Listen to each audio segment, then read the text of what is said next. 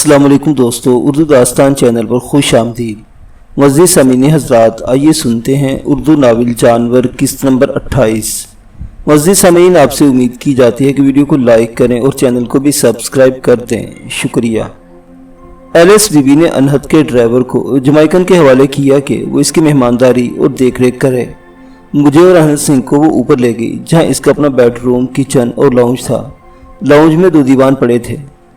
Alice बीबी ने बड़ी मुनाफिकत से दोनों दीवान नई चादरों से ढक के एक नरम तकिया डाल दिया और कहा कि ये तुम दोनों के आराम के लिए हैं। वो जानती थी कि सरदार को तो यहाँ लेटना ही नहीं, मैं तो जाहिर है अपने वाले दीवान में जा लेटा। सरदार अनहद सिंह तरखान और एलिस पाइनवुड मुसलसल एक दूसरे की जासूसी में लगे रहे। अगर अनहद मुझसे कोई बात पूछने लाउंज में आता तो एलिस बीबी इसके पीछे वहां चली आती। एलिस किचन में जाती तो सरदार अनहद इसे मशवरा देने किचन में चला जाता। वो किसी काम से बेडरूम में जाती तो सरदार भी इसकी जासूसी करने जरूर पीछे पीछे जाता और बहुत देर वहां रहता। ये जासूसी और मशवरे जरा और तवील होते जा रहे थे कि जमाइकन मुलाजिम ने हाउस फोन पर इत्तला दी कि दूरदराज चेक पोस्ट का सिक्योरिटी स्टाफ आ गया है। अनहद सिंह एलिस बीबी का लिपस्टिक अपने नाक, पिशानी और चेहरे को ना ढके हिस्से से पूंछकर तैयार हुआ तो हम नीचे गए। एलिस अपने स्टाफ के सामने सिर्फ मुझे ले गई। अनहद जी को इसने कुर्सी देकर चीनी स्क्रीन के पीछे छुपा दिया था कि वो सुनते रहें और बाद में कोई नतीजा कायम करें। स्टाफ के सामने अनहद को या किसी भी सिख को लाया जाता। चावली पाइनवुड के पास रिपोर्ट यही पहुंचती कि इसका नापसंदीदा पड़ोसी अनहद सिंह इसकी गैर मौजूदगी में टंबर स्टेट में आया था। इस बात से सरदार को तो कोई फर्क नहीं पड़ता है, एलिस बीबी के लिए मुश्किल पैदा हो सकती थी। एलिस मेम साहिब ने सरसरी तौर पर, ताकि स्टाफ को एहसास न हो कि खास तौर पर बताया जा रहा है, ये तासुर दिया कि मैं और मेरा ड्राइवर किसी स्टेशन वैगन के बारे में जानना चाहते हैं। सिक्योरिटी वालों के लिए हम आम से राहगीर या ज्यादा से ज्यादा टंबर के व्यापारी लोग थे और अपने राह भूले हुए साथियों को तलाश में थे। मेम साहिब ने एक बार पड़ोसी टंबर स्टेट के मालिक जुबर मियां का हवाला दिया, जिससे एक बात यह तय हो गई कि हम मालिकों के दोस्त लोगों के दोस्त हैं। दूर की चेक पोस्ट से आने वालों में कुछ वफादार गोरखे और कुछ मुकामी बर्मी थे। बर्मी में से एक ने बताया कि इसे अपनी शिफ्ट में कुछ शुबा सा हुआ था कि एक स्टेशन वैगन इस रास्ते से निकली है। किसी दूसरे ने इसके बयान की तस्दीक न की, मगर उस स्टेशन वैगन के रंग और इसकी तमाम हालत के बारे में बिल्कुल यकीन से कह रहा था और कोई वजह नहीं थी कि इसके बयान पर किसी किस्म का शक शुबा किया जाए। सिक्योरिटी वालों की बात सुनकर हम तीनों फिर एलिस के इलाके में और ऊपर की मंजिल में आ गए। मिस एलिस पाइनवुड ने इलाके का नक्शा फैलाकर हमें समझा दिया कि दूरदराज चेक पोस्ट से जो इत्तला स्टेशन वैगन के देखे जाने की मिली है, इससे यह न समझा जाए कि फरार होने वाली गाड़ी हाईवे छोड़कर किसी और तरफ निकल गई। नक्शे से पता चलता है कि एक सड़क पाइनवुड की जायदाद की दूरदराज चेक पोस्ट से निकलकर बर्मा के सरकारी महफूज जखीरे से होती हुई फिर वहां से हाईवे से आ मिलती है। मेरा एतराज ये था कि फरार होती हुई कोई भी गाड़ी सीधा रास्ता छोड़ के क्यों कोई लंबा रास्ता पकड़ेगी। एलिस बीबी ने कहा कि हाँ, ये एतराज दुरुस्त है। जिसे इलाके से जल्द अज निकल भागना है वो इतने फालतू के मील क्यों तय करेगा। मगर अनहद का जहन इस वक्त खूब काम कर रहा था। इसने नक्शे पर एक जगह उंगली रख के पूछा, बीबी ये लाल रंग का गिरते हुए आंसू की शक्ल का इशारा सरकारी जखीरे के बीच किस बात का बना है? ये क्या जगह है? क्या कोई ब्लड बैंक है? एलिस पाइनवुड बोली, ये केरोसिन डीजल पेट्रोल का सरकारी पंप है। अनहद सिंह ने नक्शे पर उंगली बजाई बोला, ये एक इम्पोर्टेंट वजह हो सकती है सीधा रास्ता छड़ के जखीरे में बढ़न थी, मतलब घुसने की। हाँ, इनका पेट्रोल खत्म हो गया होगा और हाईवे का पेट्रोल पंप वो पीछे छोड़ आए हैं। इनके लिए अब एक ही सूरत रह गई होगी कि वो अंदर की सड़क पकड़ के सरकारी डिपो से पेट्रोल हासिल करें। फिर एलिस पाइनवुड को अचानक अनार डार्लिंग की काबिल रश्क जहानत पर इसे दाद देने का ख्याल आया। वो सिंह की पगड़ी के पीछे एक हाथ पहुंचाकर मुस्तैदी से इसे दाना चुगाने लगी, जैसे परिंदे अपने घोंसले में बैठे बहुत छोटे चूजों को बराह रास्त दाना चुगाते हैं। मैं 2 मिनट 3 मिनट इनकी सूरतों के सामने बैठा इंतजार करता रहा, कभी एक दूसरे को दाद देना बंद करते हैं। मगर जब ये दौरानिया तवील होता गया तो मैंने मेज पर दस्तक दी। वो हाँपते ताज़ा हवा में सांसें लेते मेरे तो मुतवज्जो हुए। एलिस बीबी ने कहा, मेरा अनाड कितना इंटेलिजेंट है। अनहद बोला कि कोई भी नहीं, ये एलिस बीबी तेरी मोहब्बत है जो ऐसा समझती है, वरना मैं तो एक आम सा सीखा। खैर, तो एक बात समझ में आ गई कि पाइनवुड सेट से इनकी स्टेशन वैगन गुजरी है और वो दोनों लड़कियों के साथ हाईवे के रूट नंबर 37 पर ही निकल गए हैं। मुझे अब याद है कि मेजर पाइनवुड की टंबर जायदाद के बाद आधे बर्मी आधे अंग्रेज बिली साहिब यानी विलियम ब्रांड की जायदाद थी। وہی بلی برانڈ جس کے لائسنس یافتہ جوئے خانے ہانگ کانگ اور رنگون میں چل رہے تھے، جسے انہد سنگھ بوتلوں کے کریٹ کے بدلے مردانہ قوت دینے والے میجک ٹرکیوں کا گوشت بھیجا کرتا تھا۔ میں نے پوچھا، انہد کیا ہمیں اب بلی برانڈ کی اسٹیٹ جانا ہوگا؟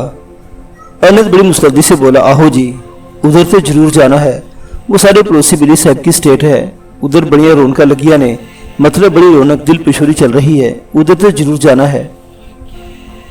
ایلس بی بھی پوری بات نہ سمجھ پائی، مگر بلی برانڈ کا نام سن کر اور ادھر جانے کے سلسلے میں انہد کا بے حد اشتیاق دیکھ کر منہ بنا کے بولی، بلی برانڈ دنیا کے اس حصے کا سب سے بلند مرتبہ پمپ یعنی دلال ہے، اس کی بلیوں چمگادڑوں سے صفاق میزبان لڑکیاں دنیا کے اس حصے میں قدرت کی طرف سے گندگیاں پھیلانے پر مقرر ہیں۔ انہد ہنسنے لگا، بولا کہ ایلس ڈارلنگ، ہم دونوں کو، خان کو اور مجھے، اس کی میزبان لڑکیوں سے کیا لینا دینا؟ میں تو اپنے دوست بلی سے خان کے اسٹیشن ویگن اور اس کی عزیز دوست لڑکیوں کا پتہ اٹھانے جاؤں گا، وہ تو بلی برانڈ کے ساتھ بیٹھ کر ایک چھوٹا سا پیک لے لوں گا۔ خان نے تو وہ چھوٹا پیک بھی نہیں لینا، یہ پاکستانی ہے، پاکستان میں تو بعض اقلیتوں اور 1000-2000 ہوشیار ڈاکٹروں کے سوا کوئی جانتے نہیں کہ شراب کیا چیز ہوتی ہے۔ اس خان کو بھی پتہ نہیں ہوئے گا کہ شراب وراب کیا ہوتی ہے، دیکھو ہنس رہا ہے، اسے کچھ بھی پتہ نہیں۔ ایلس بہت سنجیدہ تھی، انہد سنگھ کے مسخرے پن کی باتیں سن کر ایک دم غصے میں اٹھی اور جانے لگی۔ انہد نے جھٹ سے اس کا بازو تھام لیا، اخت سے قریب کر کے منانے کے لیے پھر اس کا چما شما لینا شروع کیا۔ وہ ذرا سی دیر میں من گئی اور انہد پر یہ ظاہر کرنے کو کہ وہ من گئی ہے اور وہ بھی تندہی سے انہد کے ساتھ تعاون کرنے لگی۔ کھڑکی کا پردہ اس طرح لگا تھا کہ کبھی ہوا کے جھونکے سے ہٹ جاتا تو باہر کا منظر دکھائی دے جاتا، ورنہ تو اندر والا باہر کا اور باہر والا اندر کی کوئی بات نہیں دیکھ سکتا تھا۔ ایک بار ہوا سے پردہ ہلا تو میں نے دیکھا کہ کوئی شخص درختوں کے تنوں کی آڑ لیتا ادھر بڑھ رہا تھا جدھر ہماری جیپیں پار کر کے سبز رنگ کی ترپال سے چھپا دی گئی تھی۔ کوئی شخص پائنوٹ اسٹیٹ سے ہی متعلق کوئی آدمی ہماری ٹو لینے کے لیے جیپوں کی تلاشی لینا چاہتا تھا۔ میں نے وہی کھڑے کھڑے آہستہ سے پکارا، انہد ذرا جلدی آ۔ پیچھے سے انہد کی گھٹی ہوئی آواز آئی، میں نے کہا، او ادھر آ جلدی۔ ایلس بی بی کے سینٹ میں مہک تو میرے برابر آ کھڑا ہوا اور باہر دیکھنے لگا۔ وہ جوش میں آ کر شاید وہ کون کہہ کر چیخنا چاہتا تھا کہ میں نے اس کے منہ پر ہاتھ رکھ دیا۔ میں نے سمجھایا، میں جا کر اسے پکڑنا اور پوچھ گچھ کرنی ہے، اسے دعا دینے سے کوئی کام نہیں بنے گا۔ انہد کی سمجھ میں فوراً یہ بات آ گئی اور ایلس کو مختلف الفاظوں میں بتاتے ہوئے ہم دونوں نیچے کودے۔ ایلس پیچھے آ رہی تھی اور اس نے انہد کو مشورہ دیا تھا کہ یہ جو بھی جاسوسی کر رہا ہے اسے خاموشی سے اوپر لے آنا، یعنی وہاں رولا ڈالنے کی ضرورت نہیں ہے۔ نیچے اترنے کا یہ راستہ انہد کا دیکھا بالا تھا، وہ ایک بار اپنا کوٹ چھوڑ کر یہیں سے بھاگا تھا۔ ہم دونوں بے آواز بڑی تیزی سے نیچے آئے۔ جمائکا نوکر کے کچن میں مصروفیت کا وقت تھا تو ادھر مصروف ہوگا۔ ہم کوٹھی کے پچھلے صحن میں آ گئے۔ اب ولا کے اس حصے میں پہنچنے کا مرحلہ تھا جہاں نکلی چشمہ اور اس وقت درختوں سے بھرا ہوا مصنوعی جنگل تھا۔ یہ علاقہ نہ انہد کا دیکھا ہوا تھا نہ میرا۔ پہلے تو میں نے سوچا اس اعتماد والے جمائکن ملازم کو کچن میں جا کر پکڑوں اور اسے لے کر جیپوں کی طرف جاؤں، مگر پھر خیال ہوا کہ کچن میں دوسرے نوکر بھی ہوں گے، ہمارا اس طرح ولا میں دوڑتے بھاگتے پھرنا اچھا نہیں لگے گا۔ میں نے یہ خیال ترک کر دیا اور انہد کے ساتھ بھی ولا کی خاموش غلام گردشوں میں اس مصنوعی جنگل کا راستہ تلاش کرتا رہا جہاں ہماری جیپیں تھیں اور جہاں مجھے ٹوہ لینے والا وہ سایہ نظر آیا تھا۔ ہم دونوں پائن ووڈ کی بنائی ہوئی بھول بھلائیوں میں گم ہو گئے تھے۔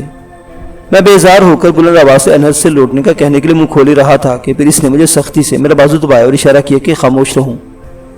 وہ ایک تنگ سے دریچے سے نیچے دیکھ رہا تھا۔ میں بے آواز اپنے ساتھی کے برابر جا کھڑا ہوا۔ اس دریچے میں بھی پردہ پڑا تھا۔ پردے کے پیچھے جھری میں نے دیکھا کہ ہم چوڑے پتوں والے اس طرح درختوں کے اسی جنگل میں جھانک رہے تھے۔ سامنے ہماری دونوں جیپیں ہرے رنگ کے ترپال سے ڈھکی تھی۔ ایلس تیز تیز قدم لیتی مگر رازدارانہ انداز میں ترپال سے ڈھکی جیپوں کے آس پاس چکر لگا رہی تھی۔ وہ کبھی ترپال کا کونا اٹھاتی، کبھی جھکتی، بیٹھ کے جیپوں کے نیچے نظر ڈالتی۔ کسی بھی چھپے ہوئے جاسوس کو تلاش کرنے کے لیے اس سے زیادہ ہوشیاری اور تیزی دوسرا کوئی دکھا نہیں سکتا تھا۔ مگر ایلس کی تیزی تلاری سے زیادہ دلچسپ منظر ہم دونوں نے ایک اور دیکھا۔ جس تنگ دریچے سے ہم نیچے مصنوعی جنگل میں جھانک رہے تھے، اس سے نیچے کی کھڑکی کا پتھر کا چھجا کوئی 4 فٹ آگے جنگل پر معلق تھا اور اس چھجے پر عین ہماری ناکوں کے نیچے ہرے رنگ کی تنگ پتلور جرسی میں مگر مچھ کی کھال کا قیمتی بیلٹ لگائے سیاہ کڑے کے ربڑ سول جوتوں میں ایک سایہ یہاں دبکا ہوا تھا۔ میں نے انہد کو اشارے سے بتایا کہ یہی ہے جسے میں نے کھڑکی سے دیکھا تھا۔ وہ سایہ کالے بھورا سے بالوں والی ایک کورین لڑکی تھی۔ لڑکی اپنے سے چند فٹ کے فاصلے پر ہماری موجودگی سے بے خبر نیچے کی آہٹوں میں کان لگائے پتھر کے فراق چھجے پر کسی خوفزدہ جانور کی طرح دبکی ہوئی تھی۔ وہ سر پتھر پر پڑی ہوئی اپنا رخسار پتھر سے ٹکا کے نیچے سے ایلس کے آہٹیں سن رہی تھی۔ کبھی تیزی سے سر بڑھا کر نیچے جھانک لیتی، پھر ہٹ جاتی تھی۔ اس نے ایلس کو مصنوعی جنگل کی طرف سے آتے دیکھ لیا تھا اور کسی ماہر سرکس آرٹسٹ کی طرح، جو بعد میں پتا چلا کہ وہ واقعی تھی، وہ چھجا پکڑ کر ایلس کے نظروں سے اور خطرے سے اچھل کر اوپر آ گئی تھی اور اب انتظار کر رہی تھی کہ میم جائے تو وہ چھجے سے کودے اور سلامتی آفس میں چلی جائے۔ وہ ہم سے اتنے قریب تھی کہ ذرا جھک کر اور ہاتھ بڑھا کر اسے چھوجا جا سکتا تھا۔ میں نے انت سے اشارے سے پوچھا کہ اس جاسوس کو کون پکڑے گا، وہ یا میں؟ انت نے اشارہ کیا کہ میں اوٹ میں چلا جاؤں، یہ اسی کا کیس ہے۔ میں اس کے برابر سے جھانک رہا تھا۔ ٹھیک اس وقت جب چھجے کے نیچے کھڑی ایلس پائن ووڈ ہیلو کوئلو کی آواز نکالی، جس سے اپنے بھٹکے ہوئے اناٹ سنگھ کو متوجہ کر رہی تھی، چھجے پر سمٹی ہوئی کونے لڑکی نے سر اٹھا کر ہمارے دریچے پر دیکھا اور خوفزدہ ہو کر دونوں ہاتھوں سے منہ دبا لیا۔ اس کی بڑی بڑی ڈری ہوئی آنکھوں میں انت سنگھ کو دریچے میں کھڑا دیکھ رہی تھی۔ بعد میں انہوں نے بتایا کہ اس نے دانت کھول کر مسکراتے ہوئے اس کورین گڑیا کو دیکھ کر اپنی ایک آنکھ دبا دی تھی۔ نیچے مس ایلس پھر کوئل کی طرح کوکی، کو ہیلو آئی سے۔ انت سنگھ نے دریچے سے اپنا سر ہٹا لیا اور جیسے ہی میں نے ایسے کوکتی ہوئی جیپوں کو دوسری طرف گئے، انت نے دریچے سے جھانک کر اپنے ہاتھ سے بڑھائے اور آسانی سے لڑکی کو چھجے پر سے اٹھایا اور دریچے میں سے گزار کر میرے برابر لا کھڑا کیا۔ مجھے دیکھ کے وہ اور گھبرا گئی۔ اسے ایک ہی آدمی انت سنگھ نظر آیا تھا، یہاں تو ہم دو تھے۔ وہ ایک طرف چلنے کو ہوئی کہ انت نے بڑھ کر اس کے مگرمچھ کے کھال والی بیلٹ پیچھے سے کھینچ کر اسے روک لیا۔ پھر اس نے کورین بی بی کو خود سے بڑھا لیا اور مجھ سے بولا، خان یہ میڈم اصل میں چارلی پائن ووڈ کی آفیشیل رکھیل ہے، ویسے چیف کوک مشہور ہیں، یہ اپنے یار کے لیے جاسوسی بھی کرتی ہے، مطلب دن کے ٹائم۔ ابھی میں ان کا تعارف ایلس سے کراتا ہوں، دیکھو وہ کیسے کوکر کہہ رہی ہے کہ ان کو بلا رہی ہے۔ میں نے دیکھا چارلی پائن ووڈ کا ٹیسٹ بہت ستھرا تھا، بے حساب خوبصورت اور خوش بدن عورت تھی۔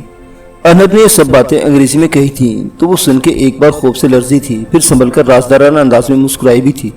پھر انت کے سینے سے لگے اس نے اپنے ہونٹوں کے ہاتھ کی اوٹ میں لے کر آہستہ سے اس کے کان میں کچھ کہا تھا۔ انت کی باتیں جیسے ایک دم کسی کھٹکے سے کھل اٹھی۔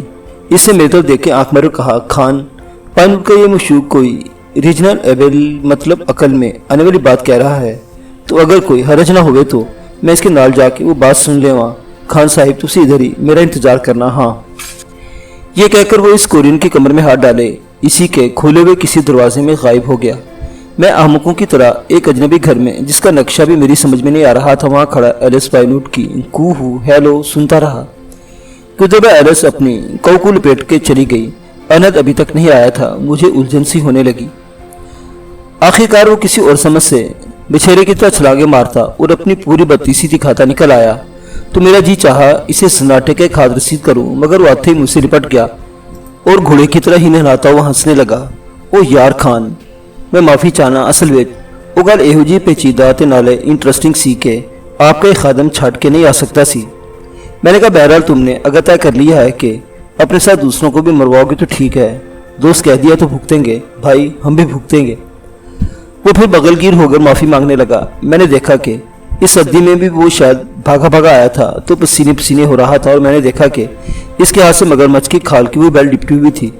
میں نے توجہ دلائی تو نقلی حیرت اور افسوس میں اس نے سر پیٹ لیا۔ او یار کیسی بھیڑی بات ہو گئی، چارلی کی مشوق کی بیلٹ میرے ساتھ آ گئی۔ چلو خیر کوئی گل نہیں، اس کا کمرہ دیکھ لیا رات وچ، جی کدھر فرصت ملی تو واپس کر آواں گے۔ میں نے اسے آنکھیں دکھائی، ہم رات یہاں بالکل نہیں رکیں گے، ابھی گھنٹے 2 گھنٹے میں چل پڑیں گے۔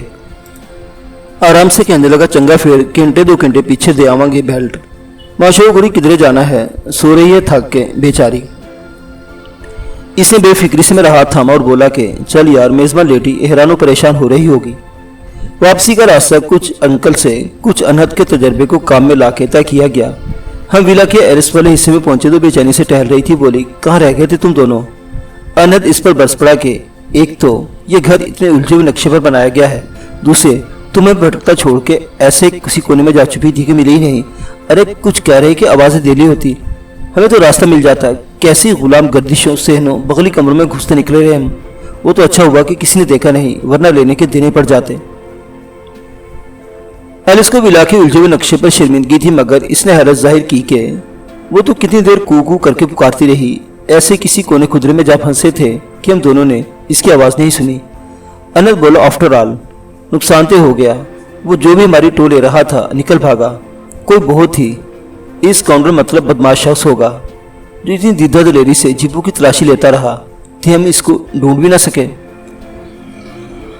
खाना तैयार हो गया था। एलिस बीबी ने कहा कि खा लो, कुछ देर आराम कर लो, फिर तुम दोनों को टम्बल स्टेट की सैर कराएंगी।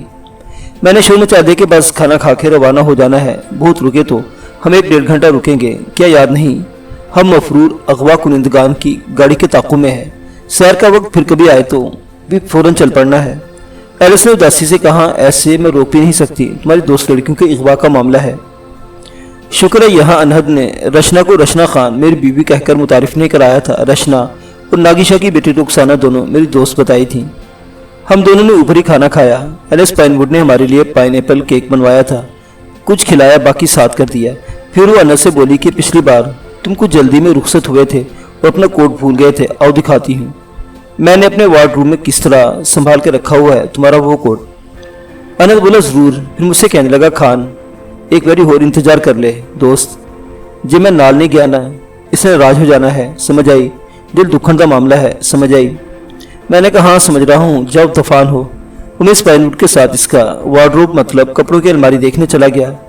अगर मैं इस वक्त सख्ती से काम लेता, इस पेट भरे सांड को सीधे जीप में ले जाकर डाल देता और हम दोनों पाइनवुड स्टेट से दफान हो जाते तो बहुत मुनासिब था। फिर मुझे अनंत सिंह को भरे पेट पर इतनी दौड़ नहीं लगानी पड़ती जितनी हमने लगाई। मगर मुझे पूरी बात बतानी चाहिए, और जिस तरह बाद में मालूम हुआ कि वाक़यात किस तरतीब से ज़ुहूर पजीर हुए थे, इसी तरतीब से सुनाने चाहिए। खाने से पहले हमने ड्राइवर को खबर कर दी थी कि वो अपनी वाली जीप लेकर टम्बर स्टेट के मेन फाटक पर हमारा इंतज़ार करे। हम फारिग होकर खुदा हाफिज़ कहकर बगली सड़क से निकलते हैं, इसे हॉर्न दे देंगे और वो हमारे पीछे पीछे चला आए। ड्राइवर को हदायत दे के हमने खाने और पाइनएप्पल वगैरह से खूब सैर होकर निकल जाने का कसद किया था। तो इस पाइनवुड को अनहद का वो कोट याद आ गया था जो इसने मुद्दतों से अपने वार्डरूम में टांग रखा था। वो और अनहद वार्डरूम में टंगा वो कोट देखने चले गए। मैं बैठा दांतों में ख्याल करता रहा कि अचानक सिंगापुर की तरफ से मेजर चार्ल्स पाइनवुड अपनी गाड़ी सनसनाता हुआ नावक अपने स्टेट में आ गया। वो तो खैर हुआ कि हमारे ड्राइवर ने दूर से पाइनवुड की चमचमाती अनोखे हॉर्न वाली जीप को देख और सुन लिया।